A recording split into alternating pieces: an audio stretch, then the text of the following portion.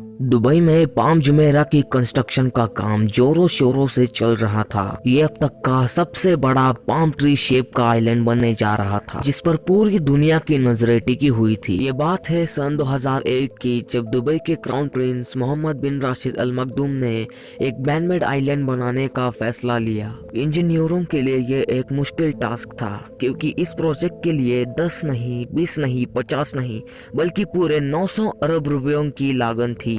Palm Jumeirah इतना बड़ा था कि इसकी असली शक्ल सिर्फ आसमान से ही दिखती थी। तो चलिए जानते हैं पाम जुमेरा को बनाते समय इंजीनियरों को किन किन मुश्किलातों का सामना करना पड़ा। चैलेंज नंबर 1 ये बात थी जब दुबई का तेल खत्म होने जा रहा था और दुबई की पूरी इकोनॉमी टूरिज्म पर डिपेंडेंट थी। दुबई के बीचेस टूरिज्म के लिए इतने मशहूर होने लगे थे कि दुबई में बीचेस की कमी पड़ने लगी थी। इसी के लिए दुबई की कोस्टलाइन 5 स्क्वायर किलोमीटर से बढ़ानी पड़ी थी, यानी कि तकरीबन 70 किलोमीटर से भी ज्यादा। इस मैनमेड आइलैंड पाम जुमेरा को बनाने का प्रोजेक्ट सुल्तान मोहम्मद बिन सुलैयम को दिया था। सुल्तान मोहम्मद बिन सुलैयम ने शेख को एक सर्कुलर शेप्ड आइलैंड का डिजाइन दिखाया, पर शेख ने वो डिजाइन फौरन रिजेक्ट कर दिया। इस सर्कुलर शेप्ड डिजाइन से दुबई को 7 किलोमीटर की एक्स्ट्रा कोस्ट लाइन मिल रही थी, पर इतना काफी नहीं था। शेख को 7 किलोमीटर नहीं बल्कि 70 किलोमीटर की एक्स्ट्रा कोस्ट लाइन चाहिए थी। सुल्तान ने शेख को कई सारे डिजाइन दिखाए, मगर कोई भी डिजाइन आइलैंड के लिए सूट नहीं कर रहा था।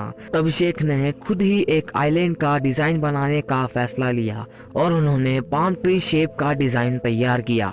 चैलेंज नंबर 2 कागज पर डिजाइन तो तैयार था, मगर इतना बड़ा मैन मेड आइलैंड हिस्ट्री में आज तक किसी ने नहीं बनाया था। इंजीनियरों का मानना था कि यह आइलैंड स्टील और कंक्रीट से बनाया जाए, मगर दुबई के शेख को कुछ और ही मंजूर था। उनका मानना था कि आइलैंड को रेत और पत्थरों से बनाया जाए, जो कि पूरे नेचुरल तरीके से होगा।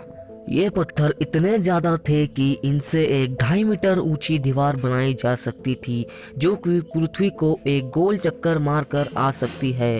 इतने ज्यादा पत्थर कहाँ से लाएंगे, यह एक बहुत बड़ा प्रॉब्लम था। इन पत्थरों को दुबई में स्थित बड़े बड़े पहाड़ों को फोड़कर निकाला गया था। इन पत्थरों को क्रेन और लिफ्टर की सहायता से समुद्र के बॉटम में रचा गया, पर प्रॉब्लम अभी खत्म नहीं हुई थी, क्योंकि समुद्र की तेज लहरें इन्हें पल भर में ढेर कर सकती थी। तो इन लहरों से आइलैंड को कैसे बचाया जाए, ये एक बहुत बड़ा प्रॉब्लम था। इस प्रॉब्लम को सुलझाने के लिए इंजीनियरों ने आइलैंड के भीतर एक ब्रेक वाटर बनाया, जो कि आइलैंड को लहरों से बचाएगा।